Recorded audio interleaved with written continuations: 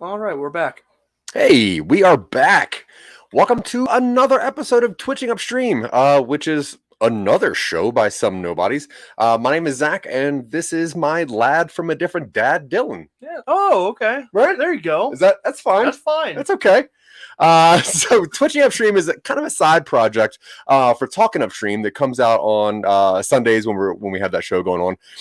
What we do in that show, and you can look at the YouTube channel and find 42 episodes of that.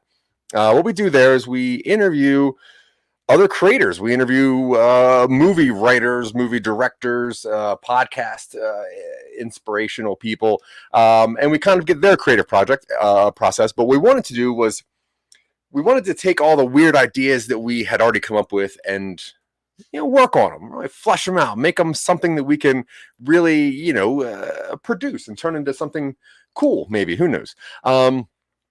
Now. Oh, you're changing the script on me. That's cool. Now, if you know us, then you know that I send Dylan about 10 weird ideas a week, usually via text messages, and these ideas hit me at the weirdest time. So he gets kind of messages all hours of the day, which is one of the reasons he tells me he doesn't respond to them. So we have a live show, and I'm going to ask him here because he can't not answer me. Well, he actually can, which is weird. Sometimes his microphone mutes or he freezes with my Wi-Fi, which is very weird. But before we get into anything, if you're watching this, please hit like or subscribe or anything at all. We really appreciate all the attention. We love being looked at and listened to, and we would really appreciate it. It really it boosts our morale, if anything else.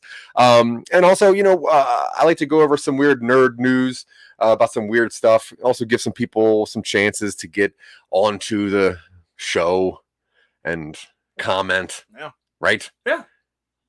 Have people comment along. Yeah, they do that. Are you into that? So while we're going, if you have anything to say or anything you would like us to read, or if you don't agree with us or the way the story's going, please comment along. Let us know what you think, and that's really cool. So some of the weird nerd news that I want to throw past Dylan, which I used to call quick questions, but they turned into very long questions, so I stopped doing that. But DC's Fandom was last weekend, and they released a couple new things. One of them was like the Shazam, or I guess the Black Adam teaser thing, which is whatever, it's fine. Teaser. Yeah, it's just a teaser.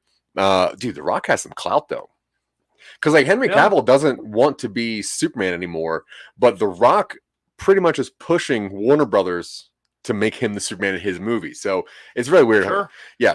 Anyway, but so that trailer showed up, and like a new Batman, a full big long Batman trailer showed up, which is pretty cool. But one of the things that showed up there that really, I think it really just sunk into my nerd soul. The second this thing started, I was like, ooh, cool. And it's the Flash teaser. Have you seen this? I haven't. You've not? Nope. Is that real? Yes. Okay, because I think I found a way to upload it onto here. So I'm going to play it for you with a little bit of our background, and I'm really curious what you think about this, especially the audio of it. Okay. So I'm going to play it now.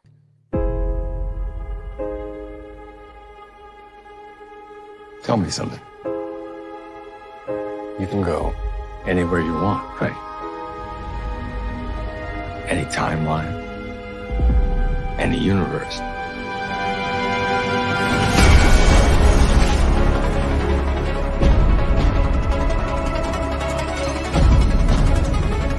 Why do you want to stay and fight to save this one? You changed the future. And you you change the past.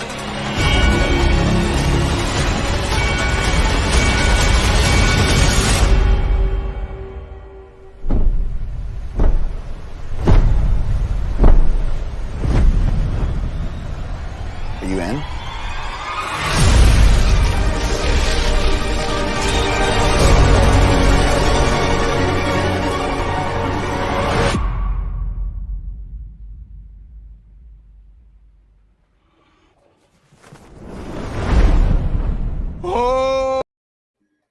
Okay, so Okay. now Andy Machete is the director of this. Him and Ezra Miller were kind of like the co-writers. A bunch of people actually tried to write this thing. This has been trying to get made for quite a while. Yeah. Yeah, so they dropped this teaser, and I wanted to get your first impressions of what you thought of this. I like the idea that the Flash can run through dimensional barriers. Interesting synchronicity that we're getting two different versions of multiverse team-up movies from two different comic book companies. Yeah. That's like one of the things I was about to hop into, but you know, the thing that stood out to me the most was as soon as this trailer starts, you get Michael Keaton's voice, which is so cool. You get the 89 Wayne Manor, the stately Wayne Manor. The rubber cowl. You get his rubber cowls. And if you look, there's one shot where there's two Ezra Millers, both dressed as the Flash. One is in a fancy new costume. The other is actually in the 89 Batman suit that has been painted over. Okay. So it's interesting. And I don't know if you know the story of Flashpoint. Have you read that comic or watched the cartoon iteration? He runs fast enough to break the universe and has to put it back together again. Yeah, I mean, pretty much. Yeah. Oversimplification, but yeah, he realizes that he can run so fast he can go back in time. Yeah. He goes back in time to see his mom, realizes he can save his mom. Upon saving his mom, when he finally gets back to the present, everything is messed up. Yep. One of the coolest things that messed up is that instead of Joe Chill killing Thomas and Martha Wayne, they actually kill young Bruce and Thomas Batman, becomes Joker. Batman and the mom becomes Joker, which is pretty interesting. But I just thought it was crazy that DC always feels like it's trying to catch up to what Marvel's doing, you know, and the weird little script that I wrote here was, you know, you have Marvel's like, so we're going to have this team up movie after 6 films. And then DC's like, yeah, well, we'll do it after 2, you know, and that's like BVS. And then Marvel's like, we're going to do Avengers after 6 years and plenty of time for characterization. And then DC's like, nah, we'll send an on-screen Evite for the Justice League. And that's pretty, you know, and now you have Marvel's like, we have constructed and developed reasons for villains for the multiverse after making multiple films and TV shows setting it all up. And DC's like, we got the Flash and nostalgia. And that's the thing that Marvel doesn't have that DC has. DC has 78 Batman. They are 78 Superman. They have 89 Batman. They have nostalgia to touch on, which Marvel can't really do. Really, not I mean, not before 2008, 2006. 2008 is when Iron Man came out. And I mean, if they wanted to do like a multiverse thing, there was what's that? Roger Corman's Fantastic Four. Exactly. Yeah, which you can watch on. That's how you get the Fantastic Four, and you bring that version of the characters into the modern day. I think it's the only way to do it. But yeah, I just think that it's weird. Also, Zack Snyder saw this trailer and he just tweeted out to Andy Machete 3 words, and it just says, "This is awesome." So Zack Snyder's stamp of approval. Other nerd news that I like to talk about. Wait, before we hop on that, more DC stuff. They actually, I don't know if you saw this in the news, they just changed Superman's motto. Do you remember what Superman's motto used to be? Rock 'em, sock 'em, let's go knock 'em. That's the 90s Superman. Okay. But no, early Superman was truth, justice, and the American way. Yeah. Right? But is that like the official comic one, or was that from the TV shows? No, that was the official comic one from DC Comics, but that was back in like the 50s and stuff. But they recently changed it to now it is truth, justice, and a better tomorrow, which I think is a better way to do it. Sure. DC said this is a better way to reflect the storylines that we're telling across DC and to honor Superman's incredible legacy over 80 years of building a better world. Superman's motto is evolving. Seems fine. What's the internet reaction been, Zach? Tell me what Twitter thinks about this. Well, I'll tell you what Fox News said about it. Oh, Fox News said it is a, quote, distortion and a disservice to fans because Superman no longer is promoting the American way. Fox News doesn't care about Superman. I agree. Let's move on. If you agree with Superman, hit us up in the comments. Let me know. Okay, so Star Wars news. Now, there's not a whole lot of things going on in Star Wars. Visions was great, and there's, a book that came out based on the very first episode of Visions, which is cool. They're thinking about doing an offshoot of another one. They're actually thinking about making a sequel trilogy that is based on, I think, episode 8 of Visions. Which one is that one? That's the one with the... It's the future. It was the 9 Jedis. That one. Yeah. So there's the March on or something. Yeah, the Marquis. Yeah, the whatever. Manchurian Jedi. Manchurian. But one thing that really popped off recently is, since the Mandalorian ended with Luke Skywalker and his triumphant return to screen, and there was some weird fan things talking about Sebastian Stan playing the role, because there was some videos or pictures going around of how much he looks like Luke Skywalker. But recently somebody wanted to prove that this is a thing, and they took Battlefront 2 and they deep faked Sebastian Stan in it. And I took a little bit of a clip, and I'm going to play this for you real fast. So if you're ready to watch this, this is Sebastian Stan as Luke Skywalker in Battlefront 2.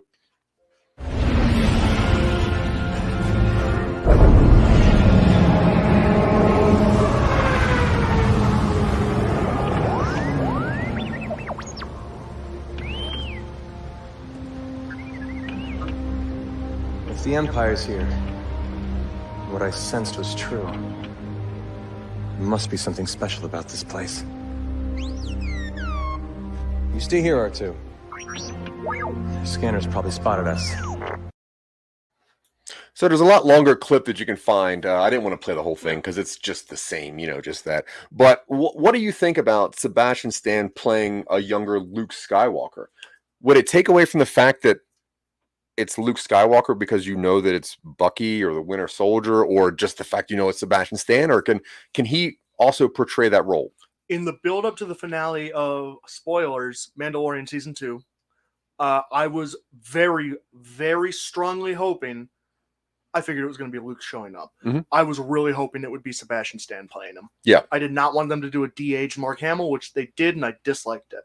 It wasn't bad. It wasn't bad. It was video gamey, but it was fun. So you could look at Sebastian Stan and say, that's Luke Skywalker. Yeah. Okay, cool. Yeah. I don't know. I think it'd be cool. I would much rather a live actor playing a role than a de-aged anything that I have to keep looking at and be like, this looks right, I guess. But yeah, so all right, so into Marvel news, I thought that this was kind of interesting. DC's popping a bunch of stuff off. They have Batman coming, they got the Flash coming, they have another Aquaman coming. They have just that the thing we were watching earlier on HBO Max, that stupid cartoon. Yeah. Marvel, on the other hand, has pushed back almost all of their productions. There's really no reason for no said reason for it. I just thought it was interesting, how they're doing this. And the only problem that I see with having such a connected universe, that if one thing starts falling apart, it all has to slow down. So Doctor Strange, the Multiverse of Madness, that went from next March to now next May. Thor 4, Girl Thor, and Korg Search for Gore, whatever that thing's called. Thor 4, Girl Thor, You're the Hunter from the Future. Looking for Gore, because Gore is the bad guy of that movie, which is weird. Now that went from May of next year, because obviously Strange moved back. Now that's in July of next year. Black Panther went from July to November 11th. Also, apparently, Marvel owns Indiana Jones, which I didn't know that. Disney does. Oh, okay. So I guess that kind of just falls under the umbrella of, because it's their production company. Yeah. Now, Indiana Jones 5 went from July to June of 2023. The Marvels, which I didn't know anything about, went from November of 2022 to February of 2023. Ant-Man and the Wasp, Listomania, went from February of 2023 all the way back to July of 20. It's called Quantumania. I thought so. It was a joke that didn't go over very well. But weirdly, in this whole big paragraph about all these things that are moved back, they were very clear that one project moved up. It's an untitled Marvel project that went from November 10th of 2023 to November 3rd of 2023.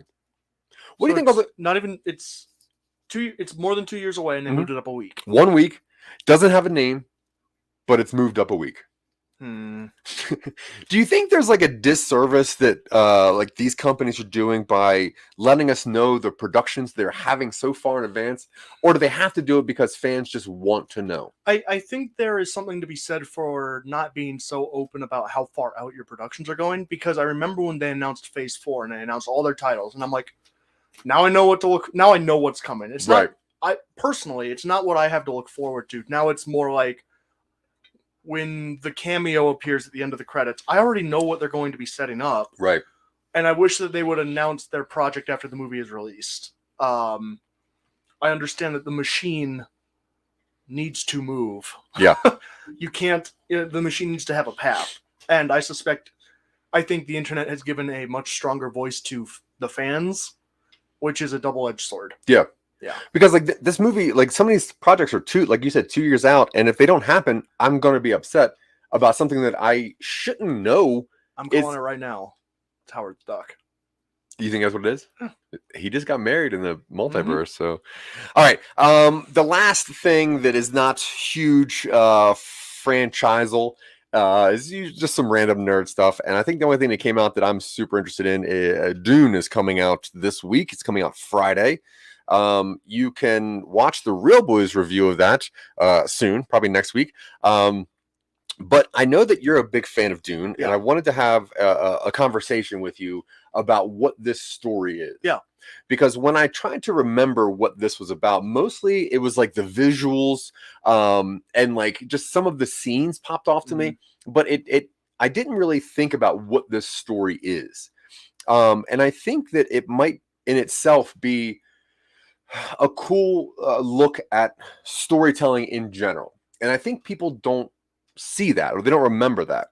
And just, a little bit of history on this, book. So this won the 1966 Hugo Award for Best Novel, which ironically was the first and only year that they did a new award called Best All-Time Series. I don't know why it was only 1 year, but the books that were up for that were Foundation by Isaac Asimov, Barsoom by Edgar Rice Burroughs, Future History by Robert Heinlein, Lensman by Edward E. Smith, and Lord of the Rings by J.R.R. Tolkien, which are all fantastic and just in the lexicon. They are foundational sci-fi and fantasy. Yeah. So it's interesting to think that this book came out right around the same time as like all of the big sci-fi books, and most of them are about like the formation of empire dynasties, and then the genetics essentialism, which is eugenics in itself, and then exceptional men fighting evil and then being honored for such.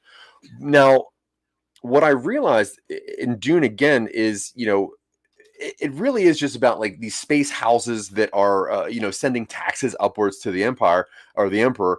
And, Paul is trained in like the mystical ways, and he's supposed to have like this super, power or whatever. But when the book ends, it actually ends with Paul being in charge of the entire galaxy, which is pretty interesting, because at first you're like, oh, well, Paul won.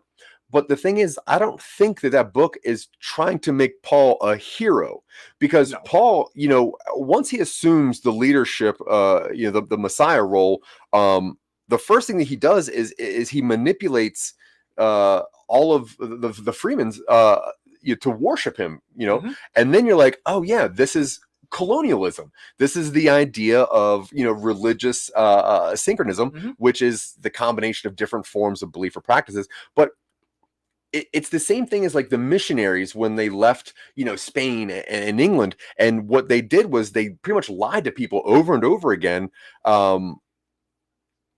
really just kind of telling their history the way it is. Now, those people that came here lied to people and all that stuff, they're now known as saints, which is interesting. When you look back at the actual history of these saints, they're like, oh, this one made it rain fish. But you're like, well, they actually, it turns out they do that once a year, actually, at the same time once a year.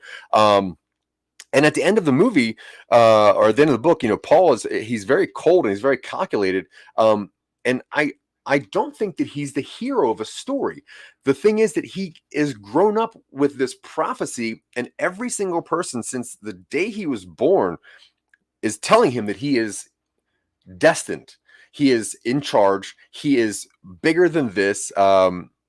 And he kind of just has to live up to that with that knowledge. So when he takes on certain roles, it's weird, I think, that when he makes choices, he can't not see himself failing because he has it in him that he is the one in charge.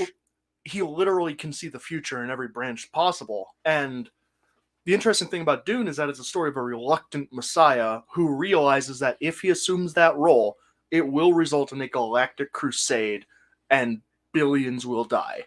And there's a certain point in the novel where he has this moment of kind of like self-realization where he's like, I have to do this knowing what it will lead to. And he has a vision of the galaxy burning because of that decision he makes.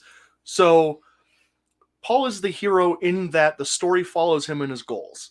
Hero in the same way that people would describe Lucifer as the hero of Inferno, because he's the one who has goals and is the one that we follow as he accomplishes his goals. Hero also means the person who is aiming to accomplish something. And it's a really interesting viewpoint and twist on the, like, you know, tragic hero idea, because it hasn't been done in a similar way very broadly. A lot of people would generally paint it as like, I am the messiah of the galaxy, and I'm going to assume this. Whereas Paul's journey is not one that he wants to take. They're like, throughout the entire novel, he's like, if I do something differently, people are going to have a better life. But I can't. Like, he is stuck following the path that he's been set on. Because it is interesting that he does lie to people too. Like, he very clearly kind of creates his own like stories, which then the only reason they come to fruition is because he made them. Well, he kind of unwittingly slots himself into the myths that were planted on this planet several thousand years ago. Yeah. Like the Bene Gesserit have spent generations building this mythos into their galaxy, manipulating genetics behind the scenes, and then because the Lady Jessica falls in love with Duke Leto, she has a kid with someone she's not supposed to, and it throws the entire thing off, and Paul is born instead of it was supposed to be the next generation down. Yeah. And so Paul unwittingly has to walk this path that he was not intended to by the people who completely orchestrated the entire thing. So it's this really interesting kind of story of how humanity can get in the way of something. Yeah.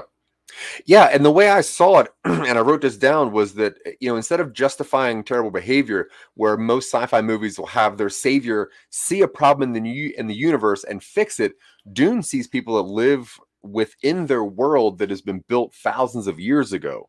And I thought an interesting little blurb from Herbert himself. He said that his aim with Dune was to highlight the pitfalls of blindly following a single charismatic leader. And that makes you think, like, the reason we should be telling stories is so that we learn from our mistakes and then don't repeat some stupid stuff. Whereas a lot of charismatic leaders will tell stories to gain more power. And yeah, it's interesting. And I hope that, because I know that David Lynch, when he made his movie, he wasn't a fan of really the story. He didn't read the book. He didn't like the script at all, but I think he did get some things right in there, which is cool. Now, the last thing I'm going to say before we get on to what we do in the show is, like, what do you think? Do you think this is going to be an adequate representation of this book? I have faith in Villeneuve. Yeah. I think his sci-fi stuff has been... I can't remember who it was that pointed it out, but that he's the guy who resurrects old sci-fi stories. He did it for Blade Runner. He did it for... I mean, he didn't do it for Arrival, but he interpreted the novelette, The Entire History of You, into Arrival. And now he's redoing Dune. And I have faith in him as a director, because so far I have yet to be let down by him. Yeah. He's not Neil Blomkamp. thank goodness. Now when this movie plays, it's gonna say part 1. Yes. Can you think of a part in that original book where it is a solid ending to a first movie? Depending on how much they pad out the pre-Ericus stuff, I can think of 2 points. Cool. One after the attack and they flee into the desert, which I don't think is going to be the one because trailer footage leads me to believe it goes a little further. Yeah. And then 2, there is a very, very specific point in the novel where it kind of turns. Mhm. Where I'm not going to spoil it because the movie's coming out. The book's been out for 55, 60 years, but the movie's coming out, so I'm not going to spoil it. But there's a part in the book that would make a very natural break and then leave plenty of action and resolution for the second half.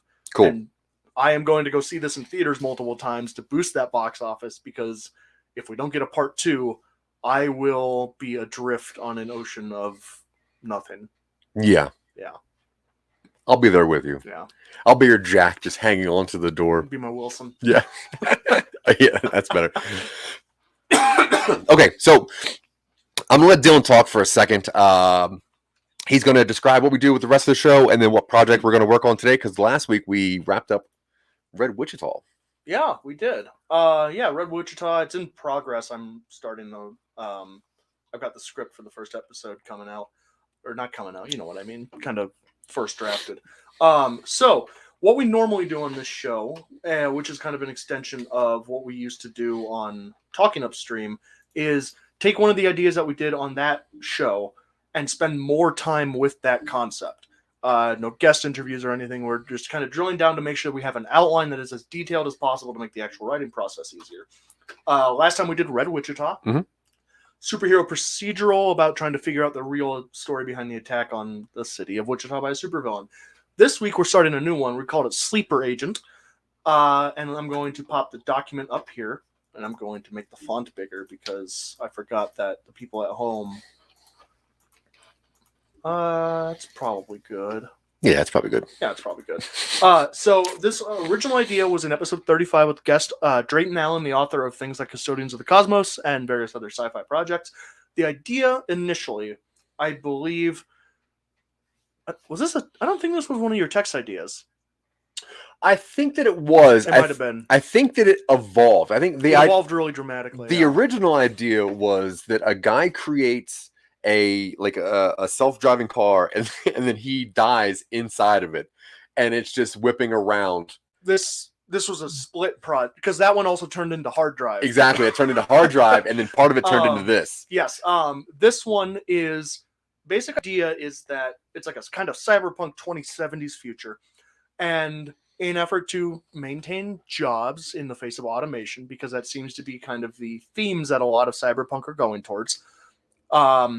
People get chips implanted into their heads, or they otherwise sign up for a service, like a gig service similar to Uber or Lyft or something like that, which lets them get paid to be package couriers while they're sleeping. Mm-hmm. You can work while you sleep. You get paid for it.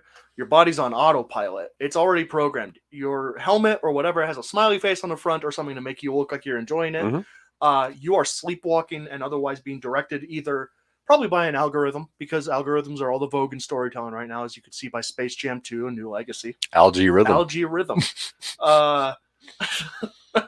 Played by Terrence Howard. Yeah. Wait. No. Dude. It's a joke about Disney. I know. But the original idea was just, we expanded that just a little bit because, an idea is not necessarily something you can write. So we needed a story. And the story was, the inciting incident was, he's delivering packages. He's not a huge fan of it. Wakes up one day to discover something really illicit and really incriminating has been left in his apartment by his own courier. Mm-hmm. So while he was asleep, somehow he delivered something incriminating to his own apartment. And we figured it would be like, I think the original idea was that it was like a pallet of ammunition. It was like armor-piercing rounds or something. Yeah. I don't think we actually determined what it was. But the idea initially developed into, he got hacked and delivered it to his apartment as a test to see if he could continue doing that, and then he was going to be used to deliver a different package into a bad guy's, like, crime boss's place. Mm-hmm. Yeah. And going through this, we didn't develop this quite as much as we think. I think the interview that week was really good. Oh, it was a great interview. Yeah. No, Drayton Allen was he was phenomenal. We had the occasional interview where it went a little long because we were having such a great time, and I think Drayton Allen was one of those for sure. Yeah, and his process was really interesting too. So sometimes we really kind of plow through and like really create some weird stuff. Where with Drayton, he was very interested in the process and developing a lot of the story. So that was interesting. So yeah, go ahead and check that out. I'll make 35. I'll make sure there's a link in the show notes. So I copy and pasted our original outline from that episode here, and then down here I have an outline, kind of detailed beat sheet, which I adapted from Jeffrey Calhoun's book, Successful Screenwriter, because I think it's a really good just kind of framework, and we can kind of tilt it, and it gives you pacing on what pages of the script, 1 page for 1 minute, to put things. Yep. I didn't know if you had envisioned this as a movie, but I saw it as a single shot story. Yeah, I definitely see. I can easily see a single shot story. I don't think I saw it as a movie. I think for some reason I saw it almost as a series. Okay. Like a quick like a weekly 22-minute. Okay. Like and it starts off as that weird one, the one that we're doing now with like the ammunition. But if you think about things that people can buy or whatever, and then the problems, it could be expanded out. Okay. But let's look at it as a single short for right now. Okay. Just to see how it flows. No, that sounds good to me. So what we had written out is that Act 1, person wakes up after a sleep run, finds something incriminating in his apartment, kind of remembers it because I think we gave him like narcolepsy, which interfered a little bit with the chip, which is why he was able to partially remember and potentially overcome it at the end when it was important to. Is there like a reverse narcolepsy? Wait, narcolepsy is when you suddenly fall asleep, right? Yeah. Isn't insomnia then that you stay awake? Well, it would be like if you're asleep, all of a sudden, just like you just suddenly randomly wake up for a little bit. Opposite of narcolepsy, hypersomnia, which refers to either excessive daytime sleepiness or excessive time spent sleeping. Wait. How's that the... What is narcolepsy? Narcolepsed. Chronic sleep disorder characterized by overwhelming daytime drowning. Oh, okay. Google's just not being... Is narcolepsy the opposite of insomnia? No. Seems like it. No.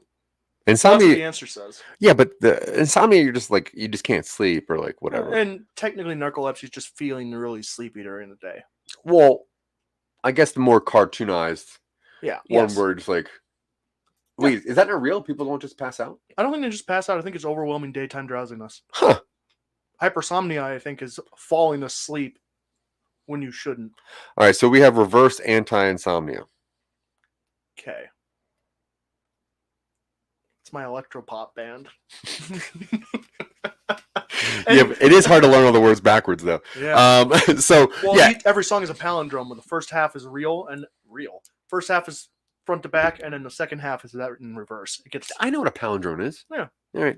Anyway, so okay, so let's. So I like the fact that he has some sort of sleep disorder, which should not allow him to be in this program, but he Gattaca's his way into it. It's a gig. You sign up on your phone, and they don't like screen you. They just fire you if you screw up. Yeah, all right, that's fair. We're setting this in the future where corporations are mean. Yeah, meaner. They have license to be mean. Yeah, they have a license to ill. Okay, so So you're seeing this as a short or a series?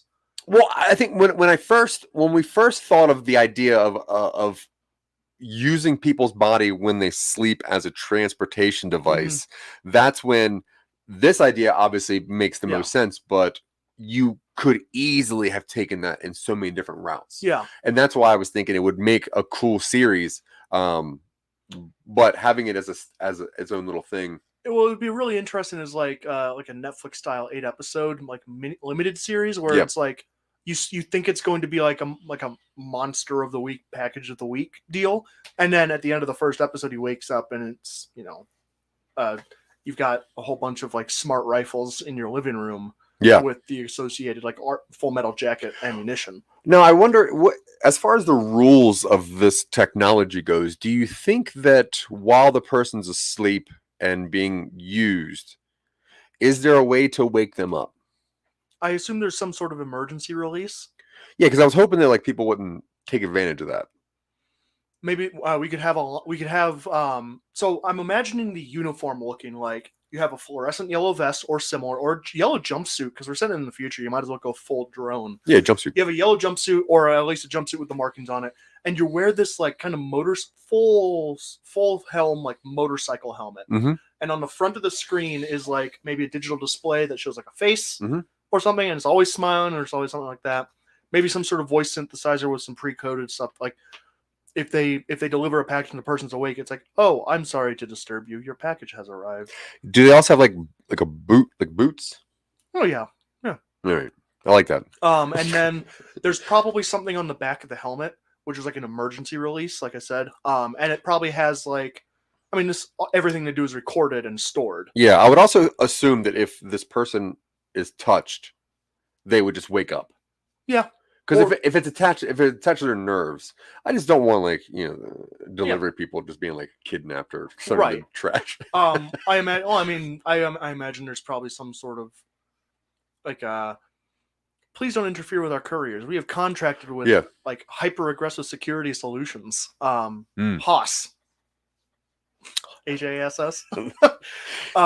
All of their security guards wear like 10-gallon hats and have like digi-revolvers. Yeah, I like that. That's cool. Screw it. We're gonna like let's go a little gonzo in this setting. Yeah, they have like sharpshooting EMPs. All the Gen Z kids are in the government now, so everything is all like tongue in cheek and like postmodern. It's so irritating. Yeah, I love that. So we got to set the world a little bit. Yeah. So in the world, now is this like an Amazon thing, or do a lot of companies use this service? We could have it be a subsidiary of Sahara. The Sahara. The Sahara company. Yeah, Sahara. Bringing the desert to you. You don't need to live in a food desert with Sahara. No. Any kind of desert. We'll even bring you somewhere with Sahara. So we have there's this organization that has invented the technology to utilize people's bodies while they're asleep. They have I would assume kind of franchise this out or license this out to all the major people that do. It's a gig. It's like signing up for Uber or Uber Eats, where your company can contract with Sahara Delivery. Okay. And in that situation, your location will be added to whatever geographic information system they use for their couriers. So congratulations, you're now registered with Sahara Corporation to begin receiving and dispatching delivery couriers. Yeah, and you have like special between the hours of 6 p.m. and 6 a.m. And you have special underwear. Yeah. You have it's like a suit. Everybody's Mormon? No. Some people maybe are Mormon. Yeah, Mormons are still around. Why not? Yeah, I don't care. I don't care about them now. I'm not gonna care about them in the future. So we have so they have like specialized beds, right, that assist with getting them up and standing up straight. They put on these sleep boots which help them walk and not have their stuff messed up. And yeah, so it also, I guess it would have to inject serotonin or something inside of them so that you don't wake up super tired, right? I think that's just part of it. You wake up, you get sleep, but you wake up like you have physically walked around all night. Oh, okay, that's just part of it. Yeah. Yeah. Bummer. It's blue collar work. Yeah, you have to, it's hard on your body. Yeah. So we follow. Well, okay. So how are we gonna hop into the story? So if the main character has sleep issues and they're doing it while they're asleep, I've had this vision of this as like a thing where it's almost always night. Stuff shot a day, because you have to do stuff during the day. Maybe they're a coder or something. Sure. I'm seeing this as like taking place in like a mega city. Yeah, that's what I was thinking. Like it's just there's no sun. A lot of pedestrian stuff, a lot of mechanical stuff overhead. But you have your character. They're talking about what they do at night. Maybe they are either getting off a shift or starting a shift, and they're meeting someone at like a diner, and it's like, I don't know why you're doing this to yourself, like putting through this. Like, it's the only thing I can get. I had a minor charge on my account and tanked my social credit score or something. So gig work is the only thing I can do because people won't hire me like face to face. And it's like, well, I mean, maybe that's part of their end goal is like, well, I have a friend who works for so and so. It's not a great job, but they can at least help start repairing your credit or something. It's like, well, I got to keep working on this. Like, rent is 1.5 of my paychecks. I don't know how depressing we want. I feel like no, it's pretty depressing. The social, all the companies in the setting are very branded in a way that is like bright, colorful neon, and then the actual living situation is just hell on earth. Yeah, I'm into that. Pods, stuff like that. Yeah, everybody has like a multi-purpose air fryer / like convection oven, because you can't have an oven in your tiny little bot apartment. So it's almost like Fifth Element. Yeah. Yes, okay. Actually, it's a lot like Fifth Element. Cool. And I'm imagining the first time we intro their character, just before they have a gig, they're getting dinner with a friend or like an ex or something like that, and they're trying to offer them a help. They're like reaching a hand out, being like, "Hey, I can help you." The character is just like, "I just can't focus on an interview right now. Like, I have to, thanks for meeting me." They tap their card or their little palm hand thing and go out. We see them suit up, zzz, click, click, snap their boots on, and then they like take a shot or something, and then they lower the helmet over their head. Yeah. And then maybe they like lay down in their bed. Yeah. And then the helmet light, their body kind of like sags a little bit, and then the helmet lights up, and then their body just kind of like gets up, goes out. Yeah, the bed just... the bed just the bed stands up and then gets them up. Yeah. And they just step forward and they're a little loose and stuff like that. Yeah. And then we see them on their route. So we're not going to start with the person who is taking the job, like the main character. We're going to start with like some... I figured that was the main character. Oh, okay. It's just we catch them before the start of their shift. What if... Yeah, okay. That's fine. What are you thinking? Well, I don't know. I mean, it makes sense, like, for this character to be the window character. I'm just curious why he doesn't already have this job. He does. He already has the job, but this is him starting his shift. Yeah. So he's been doing this for a little bit. Yeah. Okay, cool. Yeah. And it's just this night. Yeah. Okay, cool. So he goes out, and I guess it's probably not his first delivery. No. We get a little. Yeah, we got to see some weird stuff. We got to show how mundane this job is.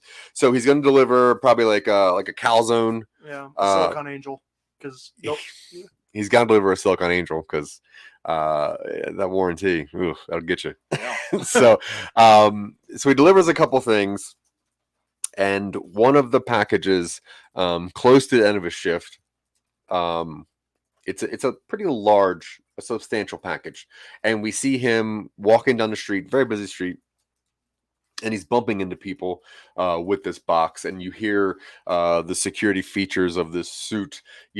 Please refrain from making contact with the deliverer, with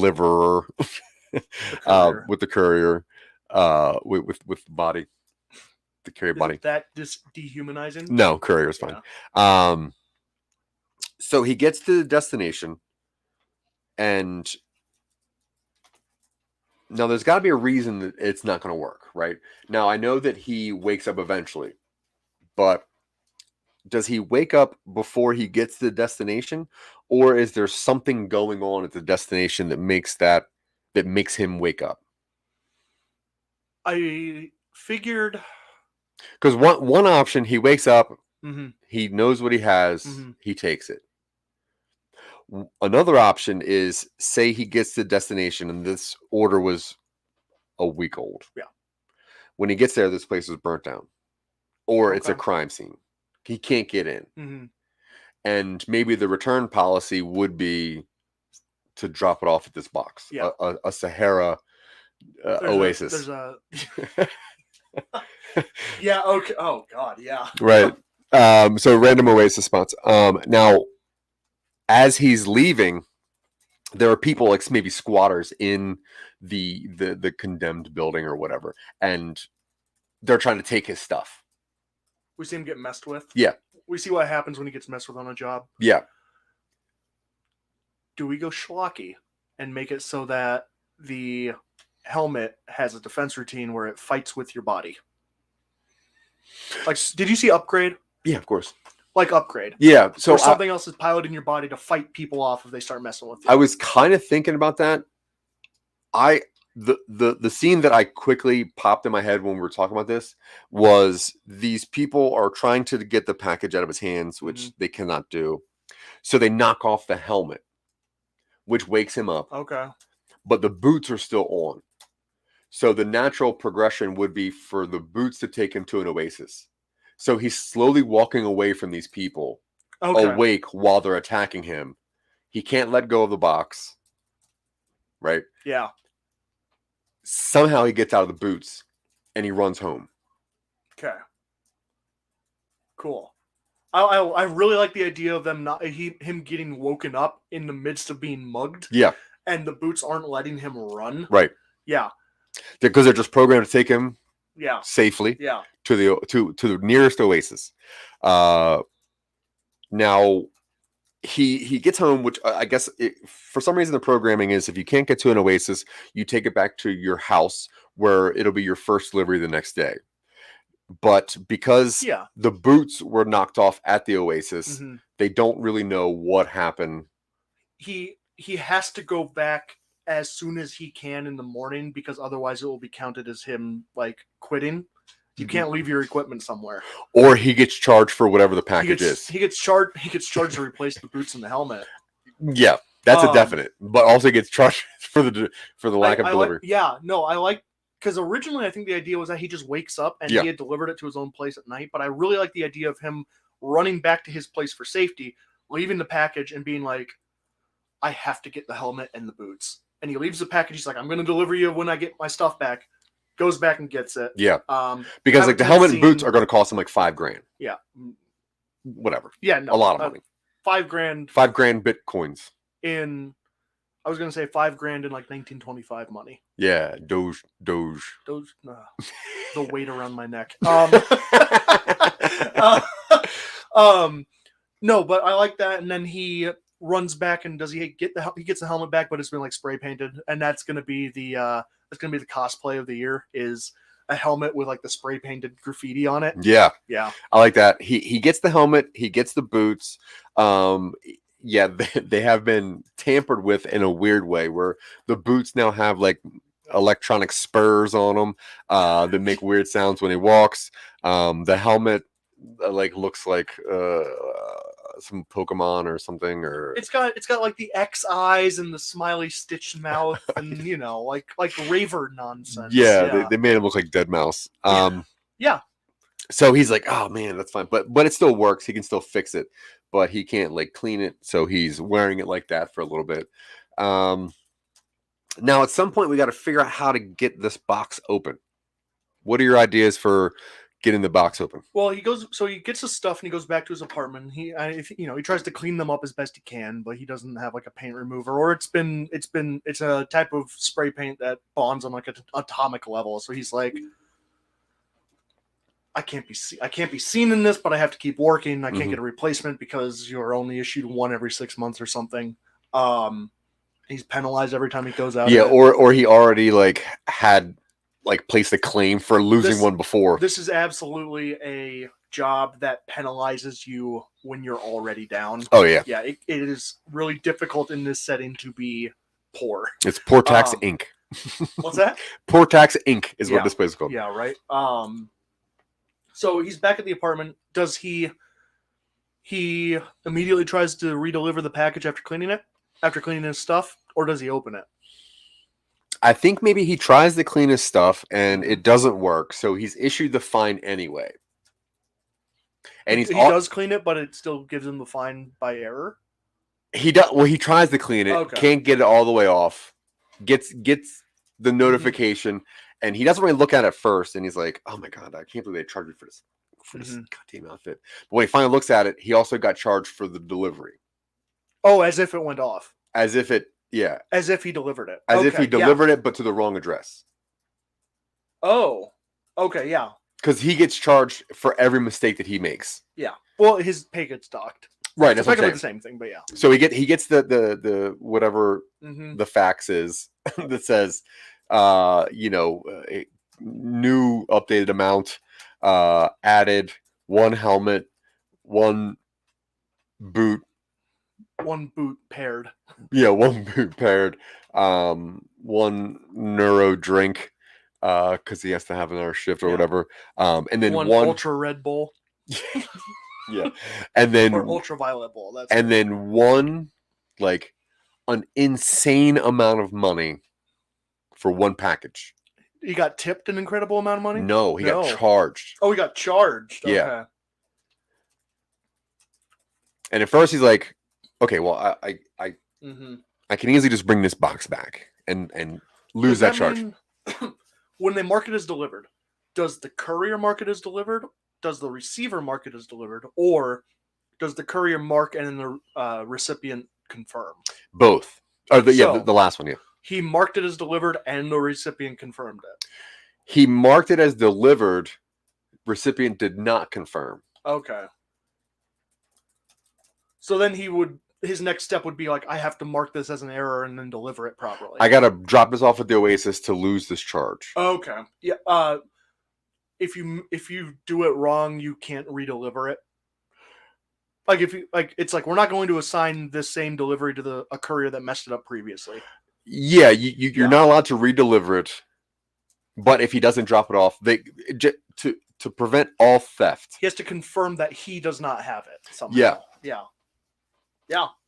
So, for some reason, he gets charged for it, and his choices are, I have to just bring this back. I cannot accept this fee. Mhm. That's crazy. But then a light bulb pops. Why is this so expensive? Yeah. What is this? Do you like that? Yeah. All right, cool. Yeah. So I'm assuming he decides just to break it open. Because maybe when he goes to okay, so maybe he does clean his uniform.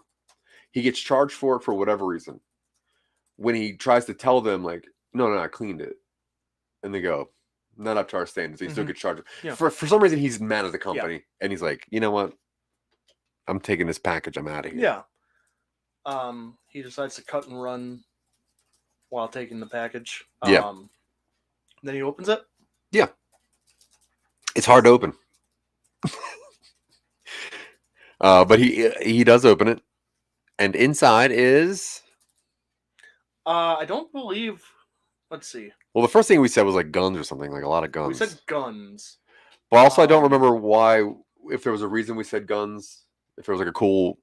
There was a really heavy criminal gang element to the original pitch. I remember that, which I'm still cool with. I'm cool with it being involved, but I think the original idea was that he was a gang courier, and I really like this idea of him being a faceless corporate mook instead.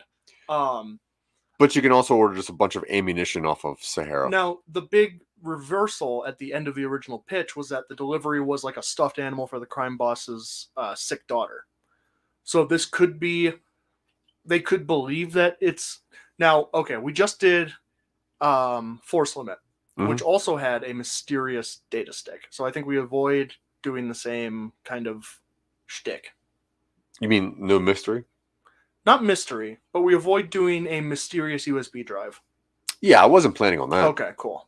No, I was thinking it's full of something. Okay. It's full of something of value. Yeah. Because I see a mini John Wick thing happening because they want this container. Yeah. Pharmaceuticals? Insulin? Big Farm? Call back. Bunch of corn?